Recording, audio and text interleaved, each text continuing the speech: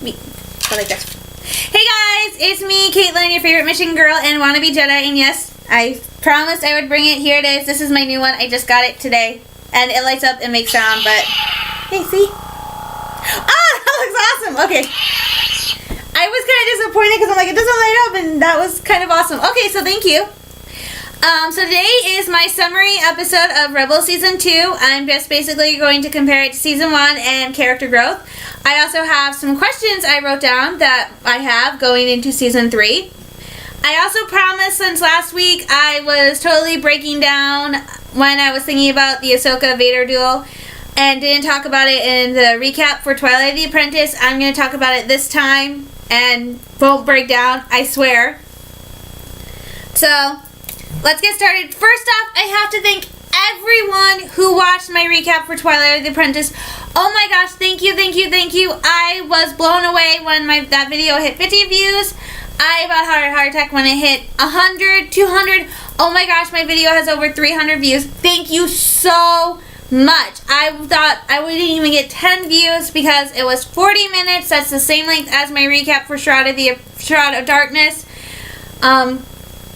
Thank you, thank you, thank you, thank you, thank you, thank you 100 bazillion times. I am so happy I actually had a video reach over 100 views, so I know I will never have another video do that ever again on YouTube, so thank you so much for that. I am so happy and ecstatic that I had a video top 100 and it topped 300, so it did better than I ever dreamed of. So thank you, thank you, thank you. First order of business, I am going to give you guys 3 links today. I'm going to try to. One link will be for the new Rogue One, A Star Wars Story teaser trailer, which premiered today. It premiered this morning on Good Morning America. I think it looks awesome. I'm excited. I really can't wait to see where the story goes. I can't wait to see the full-length trailer. But that might not come out till maybe summer because the movie is due to hit theaters in December. And it will be a nice treat to have while we're waiting for episode 8 to come out, which is in filming, so yay! Also, I'm going to link you to a new StarWars.com video, the top 10 moments from Force Awakens, which I thought was awesome and cute.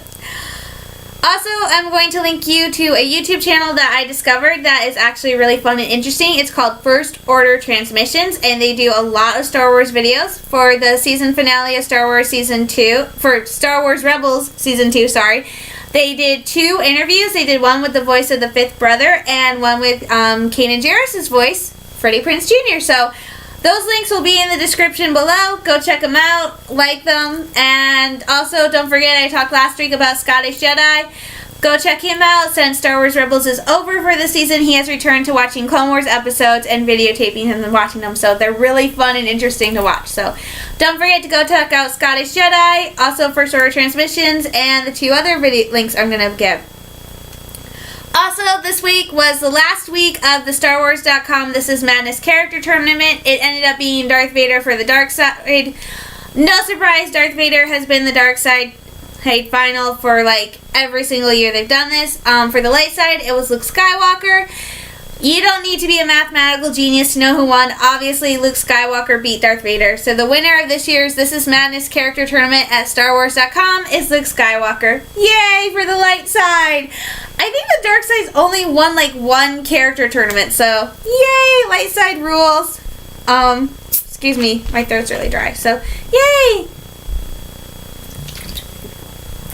Okay, so all that stuff is out of the way. I'm trying to keep this video as short as I can because I have so much information. So, let's jump into Season 2. Basically, I'm just going to compare it generally with Season 1. Season 1 was, as they termed, it was the introductory season. This was introducing us to the universe and doing it in a little bit. We stayed on Lothal. We didn't really go to a few. We went a few places, like we went to Kessel. We went and saw Mustafar, but we really stayed on Lothal, and I enjoyed it because it was nice because the first season of a TV show, especially in a TV show like Star Wars, it really should be about introducing us to these characters. Clone Wars they didn't really need to do that because Clone Wars, it was using the characters that were already established. It was already using Anakin and Obi-Wan and Plo Koon and Yoda and Padme. So we already knew all about those characters. So we didn't really need an introduction to them. We didn't really need to be introduced to what was happening in the galaxy. We already knew. With Rebels, they were introducing us to all new characters, to a new era in the galaxy that had never really been explored before. So to keeping them really just on Lothal for the first season, that was really nice because it gave us a better chance to meet these characters and get to know them a little and be exposed to what the Empire is doing just on one planet, if that is what is happening on one planet, giving us a good idea about what is happening on other planets. So definitely liked that in the first season. First season was also not as dark. Few dark moments. The summoning of the Fearnuk when Ezra touched the dark side. Kanan's capture and imprisonment on Tarkin's Star Destroyer over Mustafar. Definitely the Grand Inquisitor's suicide. Those were the darker moments. It wasn't dark. It wasn't violent. It was, as I said, an introductory season. Excuse me. But season 2, it kind of hit the ground running and saying this is going to be a totally different season. We're going out. We're going to see more of the galaxy. We're going to go to more planets. We're going to see more creatures and do more things. And that, and since now they're with the rebellion, there's going to be a lot more action. There's going to be a little bit more violence. And it's going to be a little bit more darker. In Siege of Lothal, we definitely saw that with the Empire murdering Minister Tua to set up the rebels, with the destruction of Tarkin Town in that episode. We definitely got a feel. It was definitely an introduction that this season is, oh yeah, it's going to be different. It's going to be darker. It's going to be a little bit more violent. As we saw when Vader took on the rebel fleet by himself and basically decimated Phoenix Squadron. It was cool to see him flying again. It was not so cool to see the pilots being blown into smithereens, and definitely a good thing to saying, okay, this is a Disney show, but we're still going to keep the Star Wars feeling. We're still going to show you the pilots getting blown up. It's just not going to be as graphic, as violent as what you've seen in Star Wars movies, which until Force Awakens were really not that graphic. But it was definitely Siege of Lothal it really totally said, okay, this season it's going to be a little bit more violent and a little bit more darker. And we did have those darker moments. We did have the violence. And it all led up to Twilight of the Apprentice, which is really kind of the most violent and darkest episode of Rebels so far. And it's also one of the best Rebels episodes. I definitely like the fact that Dave Filoni and all the story writers and producers of Rebels, they're not afraid to keep the Star Wars spirit, to keep the action, the darkness in it, even though this is airing on Disney Channel, on Disney XD, and Disney is not known for its dark TV shows. It's known for its dark movies. Hello, Lion King. But it definitely is not known for the dark TV shows, that dark, violent aspect of it. So it's really cool seeing that they're letting Rebels do it. I definitely think we will slowly start getting the more Star Wars level violence and action in there. But I don't think it will be to the point we're used to. But as I said, you don't necessarily need to show like the Seventh Sister getting sliced down in half right down the middle by Maul. You don't need to see it. You can tell, and sometimes it's creepier and darker not to see the death strike than to actually see it. You know, you don't really need to see it. So, but definitely season 2 was darker, was a little bit more violent. But at the same time, I think that darkness, that violence definitely helped bring out the characters more. We've met a few new characters. Hondo, we've met Rex and Gregor and Wolf, and Rex is back and in action. I'm so happy he's back, and I hope they keep him for a long, long time because I don't want to see anything happen to Rex. He is I think he is so awesome. I love him. But the darkness and the violence of it, I think, definitely helped move along the character development for the characters. With Hera, Zeb, and Chopper, there really wasn't a lot of character development. Hera reconciled with her dad, General Syndulla, and is now pretty much one of the key leaders of the rebellion. She's the captain of Phoenix Squadron. Zeb, he has accepted the history of his people. He kind of ignored it for a while because of the guilt he was feeling over what happened on Lasan, but he was able to embrace his history, to embrace the myths and legends of his people, and was able to help them find their new planet of Lyrasan. And he was also able to put aside, in the honorable ones, he was also able to put aside his differences with Callus long enough for the two of them to work together to get help. And also, Zeb, I believe, planted some seeds in Callus's mind that maybe Callus needs to start questioning the actions the Empire takes. And maybe what the Empire is doing is not like the greatest ideas. Maybe they're not this amazing government. Maybe there's a reason why they have to like go to a planet and wipe it out, and he's never really thought of that before. So Zeb is definitely changing minds, I think. Chopper, what character development can you do with Chopper? He made a new friend. I really hope they keep Chopper pretty much on the same character growth level for the entire series, because with the Twilight of the Apprentice pretty much changing everything we know about Rebels, it's definitely nice to have at least one character that we know will never change. We will always have Chopper to be mean, to be rude, to be mischievous, to be pulling pranks, and to be causing trouble. So it will be nice to have Chopper stay Chopper. He did make a friend, but please just keep Chopper as Chopper. Don't change him suddenly. I think it'd be kind of hard to change Chopper anyway, but it'd be nice to have him on that same level.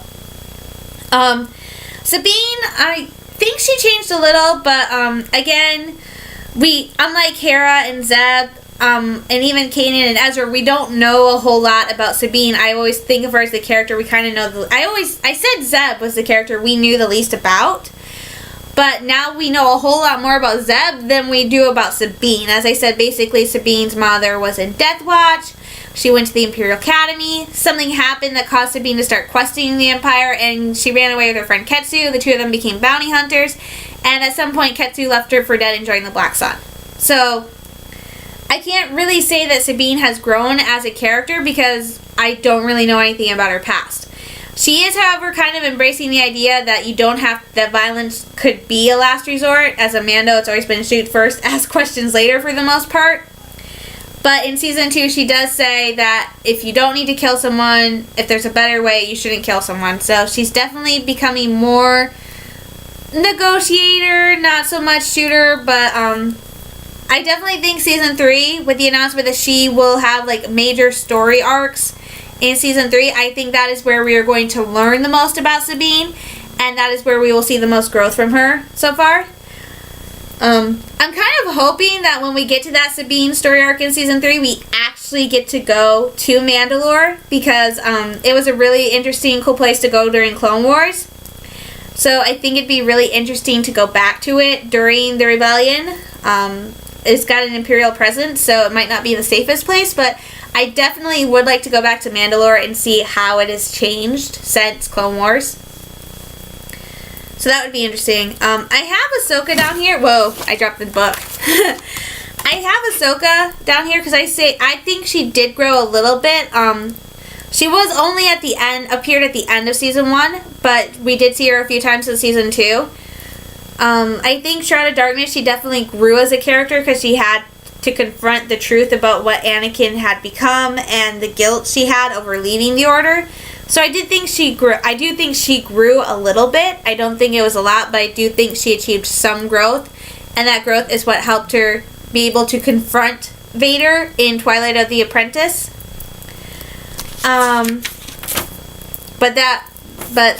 She grew. But the two characters who grew the most, I definitely think, were Kanan and Ezra.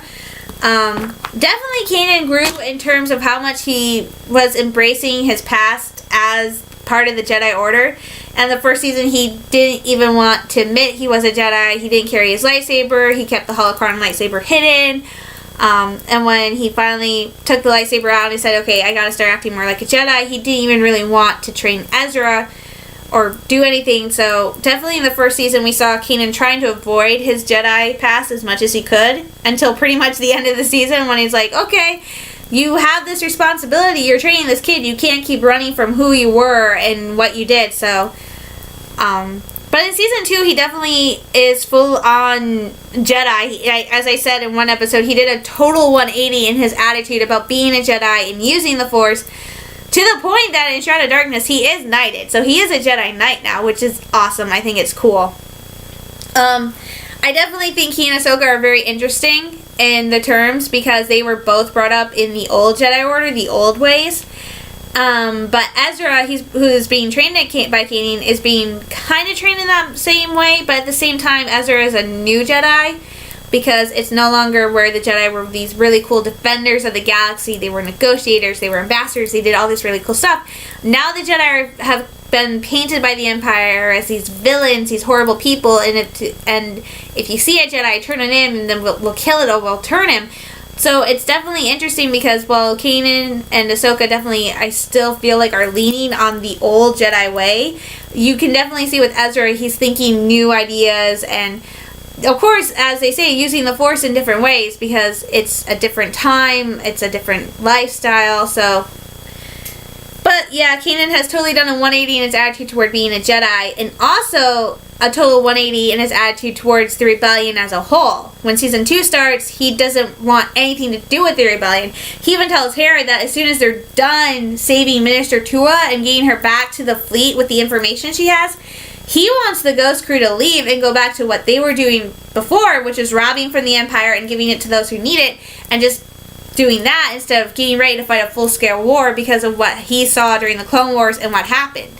He's not ready for that. And by the end of season 2, he is willing to help the rebellion. He's coming up with ideas to help the rebellion.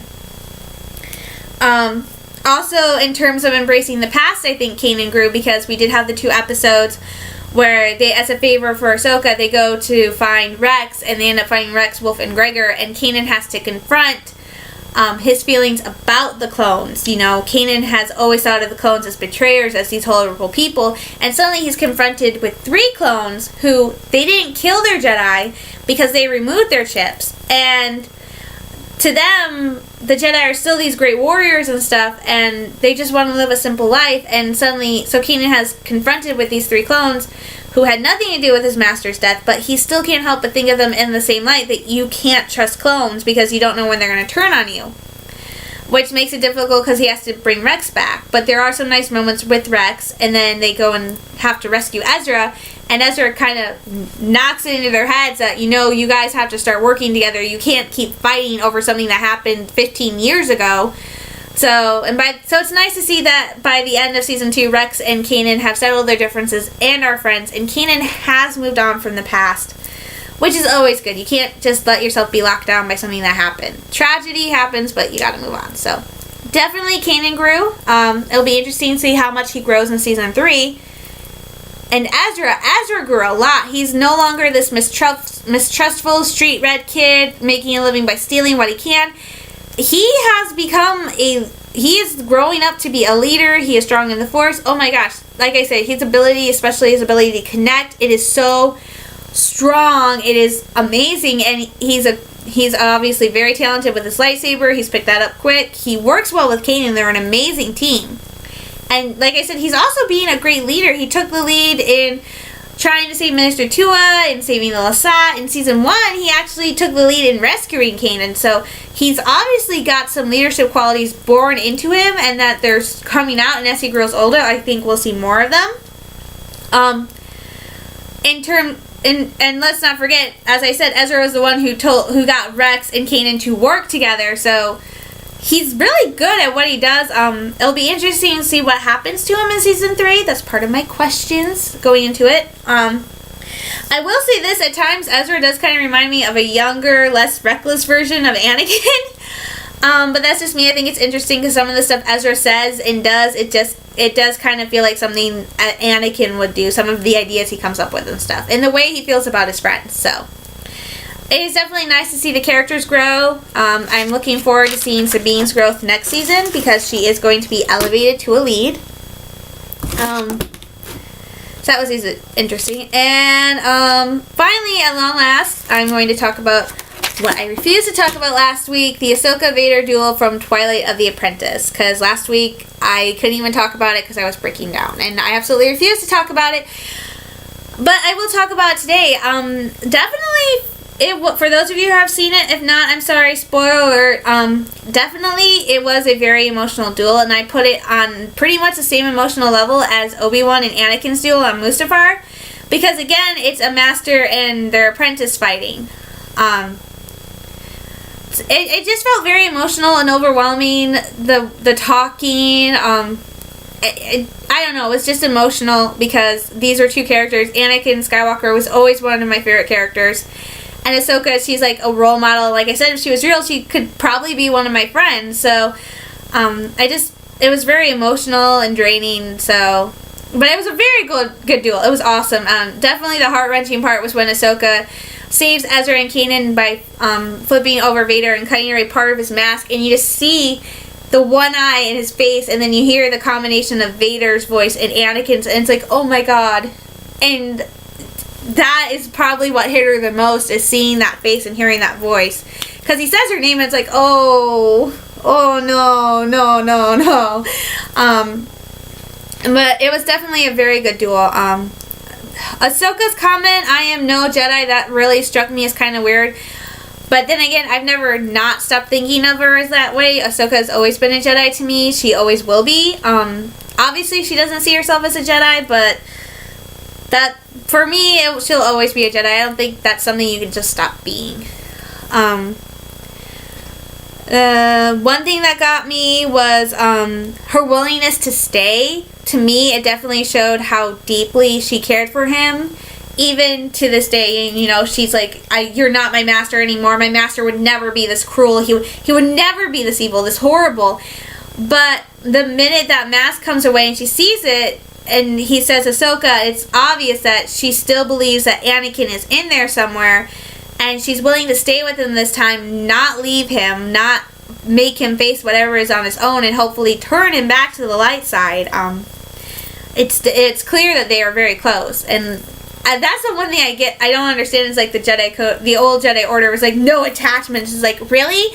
You have this thing called the Master Padawan bond, and it's basically you pair up this teenager with an adult for like a few years and have them basically do a lot of stuff together, go on adventures and all this cool stuff, and they're not supposed to be that attached to each other. But then you look at some of the more famous Jedi Master Padawan bonds, and it's like, let's see, there's Obi-Wan and Anakin referred to Obi-Wan at one point. It's the closest thing he ever had to a father. Obi-Wan said they were brothers. I definitely feel like, especially in Jedi Apprentice, the Jedi Apprentice books, it's definitely like a father-son bond between Qui-Gon and Obi-Wan, and with the Anakin and Ahsoka, I feel like it was a brother-sister, little bit of a father-daughter bond. So obviously these bonds can go beyond teacher and student, and I think with Ahsoka and Anakin, it did, because let's not forget, in the Holocron episodes, Dave Filoni worded it perfectly. When Anakin goes to get Ahsoka from Cad Bane, he is ready to kill everybody in that room, destroy everything in that room to get Ahsoka. So, okay, attachments, I can understand why the Jedi Order might think they're a bad thing, but at the same time, I don't. So, that's just one thing I disagree with them on. But, so definitely Ahsoka not saying she would stay with him definitely shows that she really deeply cared for him, to the point that she is willing to let Vader kill her because she does not want to leave her master. So it was nice to see that, because we saw that a lot in the Clone Wars. Ahsoka really cared about him, so it was nice seeing that again in Twilight of the Apprentice. So also sad. I won't break down. I will not cry. I desensitized myself. I did not cry when I watched the Scottish Jedi reaction to it. I will not cry. I'm being stubborn. I will not cry. And going into that, also, even though Vader ended up fighting the battle at full strength when the battle first started, rewatching it again, I don't really think Vader's heart was that into it. I think that small part of him that was Anakin Skywalker did hold him back a little when the fight first started, because he did attempt, in my mind, kind of hard to get Ahsoka to just join him, tell him what she knew about any surviving Jedi and hand them over and join him, and the Emperor Palpatine would be lenient with her. In my mind, he kind of tried really hard to get Ahsoka to turn dark and stay with them. So I think there was a small bit of Anakin holding him back at first from going all out, and then when she just said, "No, I will destroy you and avenge my master's death," it just went out the window. So although the fight was at full strength at the beginning, I definitely feel like Vader was trying really awfully hard to save Ahsoka from fighting him. So it was awesome. But going into that, the whole Vader-Ahsoka duel, that does lead me into the biggest question that the season finale Twilight of the Apprentice left us with, going into season 3, and that is, what happened to Ahsoka after the duel? Some people are saying she died, and some are saying we live. We did get that awesome scene at the end where we just see her back going deeper into the Sith Temple. Is that her spirit?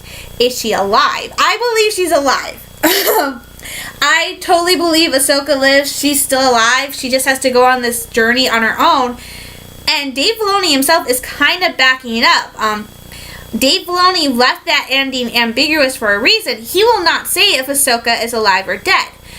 But he did refuse to kill her during Clone Wars. During the Clone Wars series, George Lucas actually wanted to kill Ahsoka off to kind of hammer home the whole attachment can hurt. And Dave refused. That's why Ahsoka left the Jedi Order. She wasn't killed, she left. So Dave Filoni actually has refused to kill Ahsoka in the past. So that's one reason why I think Ahsoka is still alive, because I don't think Dave would just go up and kill her after he refused to kill her once. Also, the ending with her walking into that Sith Temple, it did feel very similar and strong like the Clone Wars Season 5, like the ending to The Wrong Jedi when she turned and walked away. So I definitely think that's another hint that she's still alive. And a bigger one is something I actually found on YouTube. I was watching a video, and some people were talking about this owl-like bird, and I think you pronounce it a conver. And it's just it's an owl with a tail. But this bird, I saw it, and I was like, wait a minute. When I rewatched the episode, I saw that bird, this conver, this bird appears at the end of Mystery of Chopper Base. And it's watching Ahsoka. And it appears again at the end of Twilight of the Apprentice, and it watches Vader, then flies away to the Sith Temple. That's when you see Ahsoka. And I thought that was really interesting. Well, come to find out, this bird also appears in the Wrong Jedi story arc at the end of Season 5, again in the scenes with Ahsoka. So, obviously there must be some sort of connection between this bird and Ahsoka. Well, interestingly enough, one fan posted this rumor on the YouTube page in the comments that the conver actually represents the Force wielder daughter from Mortis. Okay, spoiler alert, for those of you who don't know, Mortis was a 3-episode arc during Season 3 of Clone Wars where Anakin, Ahsoka, and Obi-Wan get trapped on this planet called Mortis. The father and the daughter and the son are all these really powerful Force wielders, with the son drifting closer to the dark side and the daughter, like the father, following the light side.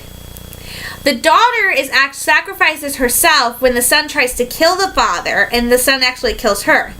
Now, the son actually also killed Ahsoka after turning her to the dark side, so Ahsoka is dead.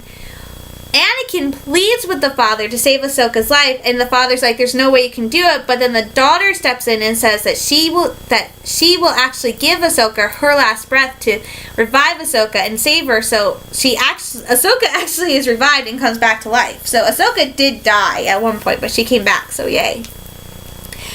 So the idea is that the conver is actually daughter, and she's watching over Ahsoka because Ahsoka has part of her spirit within her. Which means if that's the case, then that means Ahsoka has this raw talent inside her that maybe she's a more stronger Force user than we know. And that maybe because she died once and was revived by this really powerful Force wielder named the daughter, maybe she can't, it takes a lot more to kill her than what we think. So, It's definitely interesting that maybe because the daughter revived Ahsoka, that Ahsoka is still alive. So, like I said, I believe Ahsoka is alive. I will continue believing this until I am told otherwise. Another reason is Dave Filoni also hinted in an interview that we are not done with Ahsoka. We have not seen the last of her yet. It will just be a while before we see her again on TV or in a movie. So I strongly feel that Ahsoka is still alive. I will believe until I am proven otherwise. Ahsoka lives and she will continue to live. So. But that leads us into the big questions going into season 3, and I have a long list of questions. First one is Maul. Oh my gosh, why is not... I still can't believe this guy is still alive. I don't know how he is still alive. It boggles my mind. But the first question I have is, how is Maul, being the villain for season 3, going to affect the Ghost Crew and the Rebellion? We're pretty much done with the Inquisitors. In a few interviews I read with Pablo Hidalgo and Dave Filoni, the Inquisitors are all but done. You know, they were kind of pretty much wiped out. So the Inquisitors are not going to be the big bad villains of season 3. Neither is Vader. The big bad villain is going to be Maul. And he wants that Sith holocron that Ezra has because he wants to destroy not only the Jedi, but the Sith and, well, pretty much the entire galaxy as we know it. So how is that going to affect the Rebellion and the Ghost Crew when you have this really bad guy chasing you? I mean, and of course you're probably going to have Vader and what's left of the Inquisitors chasing Maul. So it's definitely interesting. I really want to know, how is Maul, being the villain for season 3, going to affect the Rebellion? Also, with Ahsoka MIA gone, how will that affect the Rebellion? Ahsoka was Fulcrum. She was an agent. She was kind of an important part to the Rebellion. She was getting all this information. She was getting supplies and stuff. So now that she's gone, they obviously have different agents out there, different spies, different ways to get supplies and information. But she was such a big part. How is that going to affect the Rebellion? And also, what will that mean for Rex? What will Rex do? I mean, I think Rex only really came back because Ahsoka asked him to. So what will Rex do? Is he going to stay with the Rebellion? Is he going to go back to living with Wolf and Gregor? Will he become a full-time member of the Ghost Crew? You know, he flew with the Ghost Crew off and on, but he was really more part of the Rebellion. So will Rex still work with the Rebellion, but will he end up joining the Ghost Crew? I actually see that happening, Rex becoming a full-time member of the Ghost Crew. But that's because of Ezra, because Ezra is the same age Ahsoka was when she first entered the Clone Wars, so maybe Rex would see Ezra as kind of like, not a replacement for Ahsoka, but another young kid to help. So, I definitely feel like that would be the option Rex might choose, is to join the Ghost Crew. But, yeah, what will he do? Even though I said he might leave, I don't really see Rex leaving the Rebellion. That's just an option. So, what will Rex do now that Ahsoka's gone? So, that's interesting. How will Kanan, Ezra, and the rest of the Ghost Crew be affected by Kanan being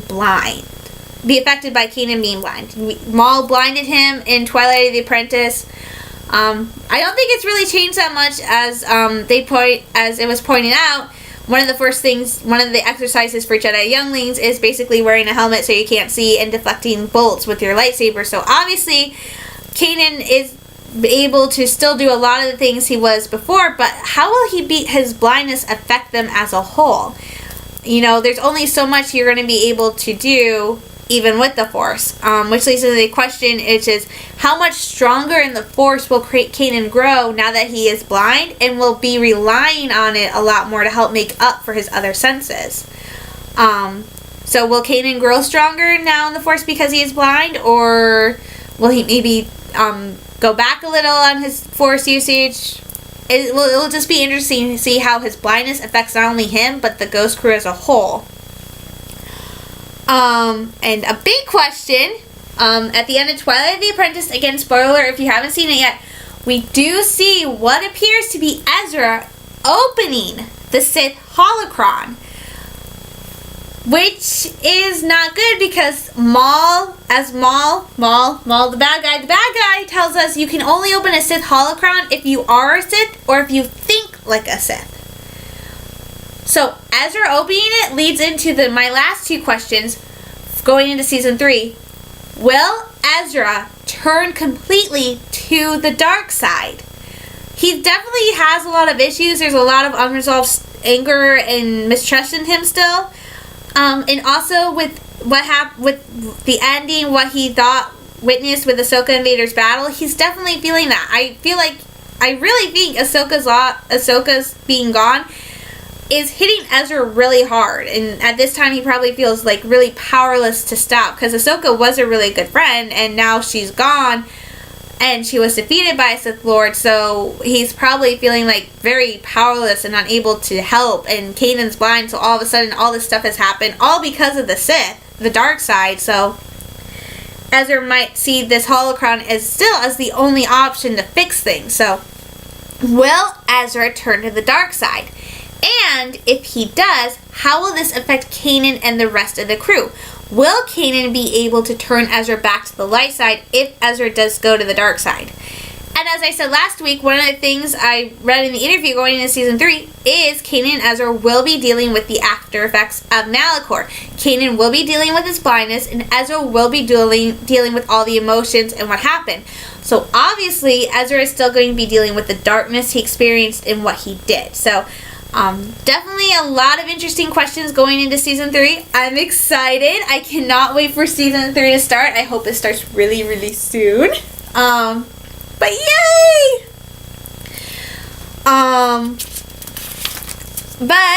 So that was season 2. That was a summary. But now let's do some really cool notes. We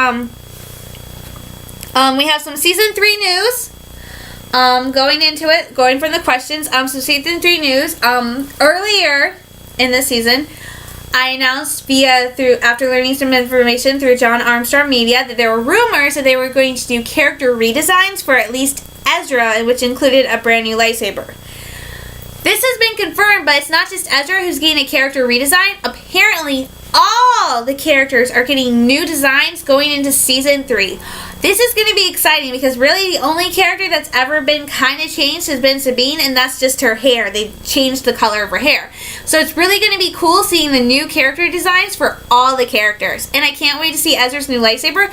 That I'm hoping they keep it that same blaster lightsaber combo from the first season when he built it. I think it is the coolest. I still believe, no matter what, that is the coolest, most practical lightsaber ever built. So I hope they kind of redesign it a little, but keep it that same blaster lightsaber combination. So that'd be awesome. Also, I don't remember if it was Pablo Hidalgo or Dave Filoni who said it, but there's going to be a big, huge Rebels announcement coming up, and it's going to be revealed at Star Wars Celebration London, which this year is going to be held on July 15th through the 17th.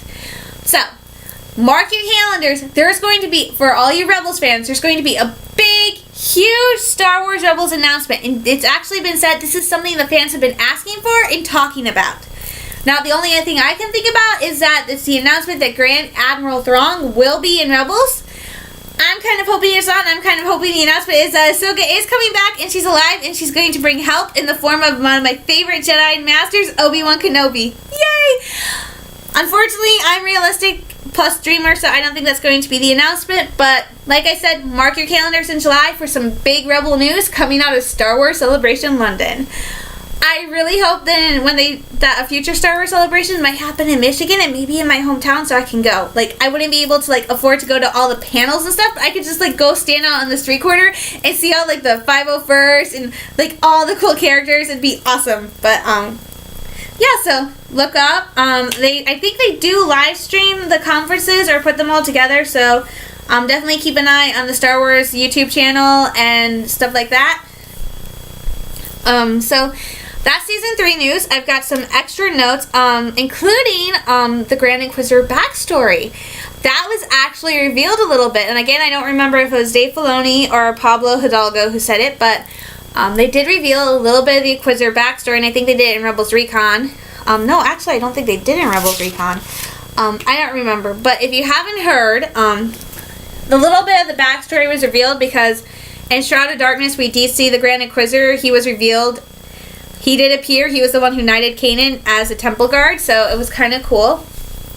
And so they did reveal it. The Grand Inquisitor was a Jedi Knight and a temple guard during the Clone Wars. In fact, he was one of the Temple Guards who arrested first Ahsoka and then later Barriss for bombing the temple.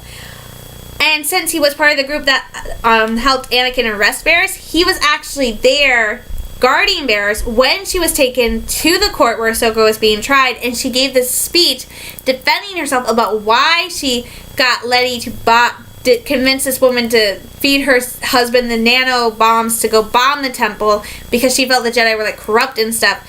And because of that speech, actually planted the seed of mistrust and the idea that the Jedi aren't doing what was right inside the Inquisitor's head, which is what later led him to turning and becoming a Dark Jedi. So, definitely interesting. Now we know for sure that at least one of the Inquisitors was a Jedi Knight and was in fact a Temple Guard. So, it's pretty awesome.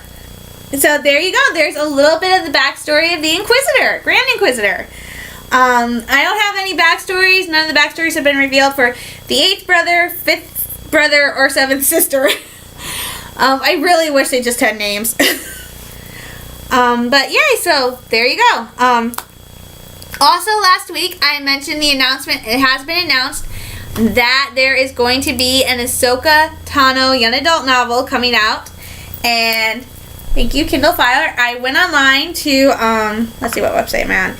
The Dork Side, and they have the official summary from Nerdist, which has the official... Okay, that's the official Disney Lucasfilm press release about the book. So here it is via Nerdist through Dorkside. It is, here it is.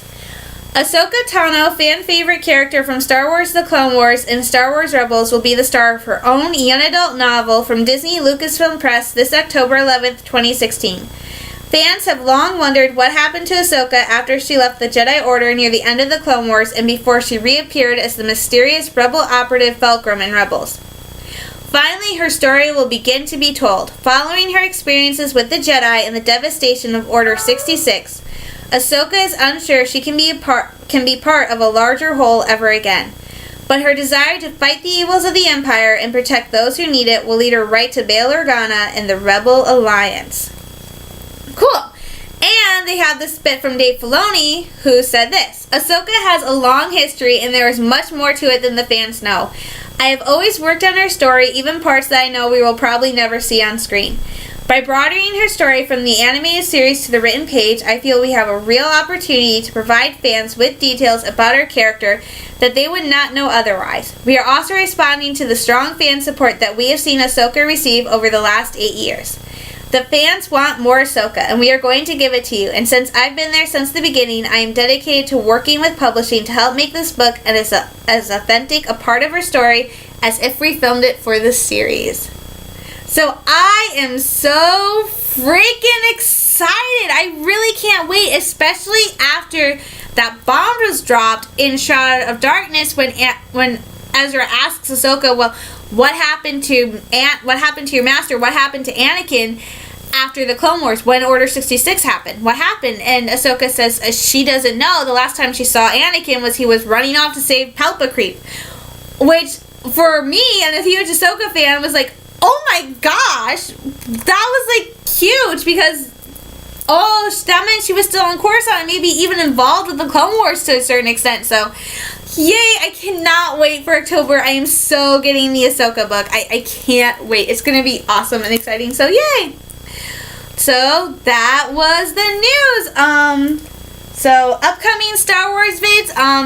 I still plan on doing a vid summarizing the bonus features for Force Awakens and maybe even the deleted scenes.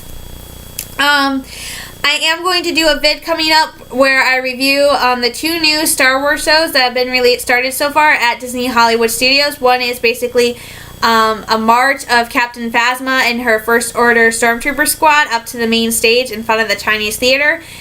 And then the second is the new Galaxy Far, Far Away show. I've seen some of it, and it definitely seems very heavy on dark side characters. So, but I'm going to watch it in full and take a look, and I will take some notes, and I review them, and I will talk about them so that you guys, if you're going to Disney World in the future, will be able to decide whether or not you really want to go see these shows. In July, I will be doing videos covering Star Wars Celebration, especially the big Rebels announcement, but that's coming up in July. I'll also be releasing videos anytime I hear some new Star Wars news I think is newsworthy. I will definitely post videos, but other than that, there's pretty much not a lot going on in Star Wars. There is another Star Wars show coming up at Disney Hollywood Studios. It's the new fireworks show. I will definitely cover that when it's released. Like I said, the stuff from Florida will kind of be secondhand because I'm obviously not going to jet down to Florida just to review some new shows. But yeah, check it out. So some Star Wars vids forthcoming in the future. That's what you know. I'm not sure what I'm going to do in between those. I might start doing like maybe book recommendations, or what I might do is start doing Gargoyle recaps because I love the TV series Gargoyles. So I might start doing recaps for those. That would be really interesting, do a recap for Gargoyles every week. There's a lot of them, so let me know what you guys think. Oh my gosh, this video is 45 minutes. I knew it was going to be long. So anyway, thanks for watching. We had an amazing season with Rebels for Rebels Season 2. I cannot wait. Rebels Season 3 should be out pretty soon. They generally air the first episode, the hour-long mini-movie, sometime in the summer. So maybe sometime between July and October, I'm guessing, is when we're going to get that Rebels. They usually release the trailer for the new season of Rebels at Star Wars Celebration, so probably fall, maybe late summer, we'll definitely probably get the mini-movie for Rebels Season 3, so don't worry, Rebels won't be off the air for long, and we'll be back fighting with the Rebellion, so... And don't forget to go check out the teaser trailer for Rogue One: A Star Wars Story. So, I'm Caitlin, your favorite Michigan girl and wannabe Jedi. Thanks for watching. Let's hold our breaths and get ready for Rebels Season 3 because it will be here before we know it. So, again, thanks for watching. Have a great weekend, and may the Force be with you.